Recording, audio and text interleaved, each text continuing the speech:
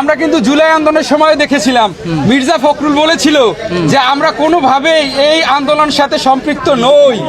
কিন্তু যখন বাংলাদেশ স্বাধীন হয়ে গেল, যখন বাংলাদেশে আওয়ামী লীগ চলে গেল, তারপরে কিন্তু মির্জা ফখরুল এবং বিএনপির লোকজন এই সবার আগে আগায় আসছে যে আমরাই এটার সবচেয়ে বড় স্টেক হোল্ডার। লন্ডন থেকে তারেক রহমান এই যুদ্ধে অংশগ্রহণ করেছে।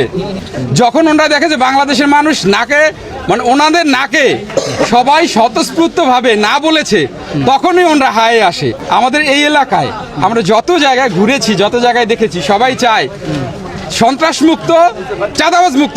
কারণ এখানের মানুষ সবচেয়ে বেশি চাঁদাবাজে জর্জরিত। প্রত্যেকটা ঘরের থেকে, প্রত্যেকটা মহল্লার থেকে, প্রত্যেকটা জায়গার থেকে যে চাঁদা নেওয়া হয়, সেই চাঁদা মুক্ত একটা দেশ চায়। আর সেই চাঁদা মুক্ত দেশ দিতে পারবে ডাক্তার খালিদুজ্জামান ভাই, সেই চাঁদা মুক্ত দেশ দিতে পারবে আমিরে জামায়াত, সেই চাঁদাবাজ মুক্ত দেশ দিতে পারবে এই ডাক্তারদের দল। যে ডাক্তাররা মানুষের চিকিৎসা করতে পারে, সেই ডাক্তাররাই সমাজেরও চিকিৎসা করতে পারবে।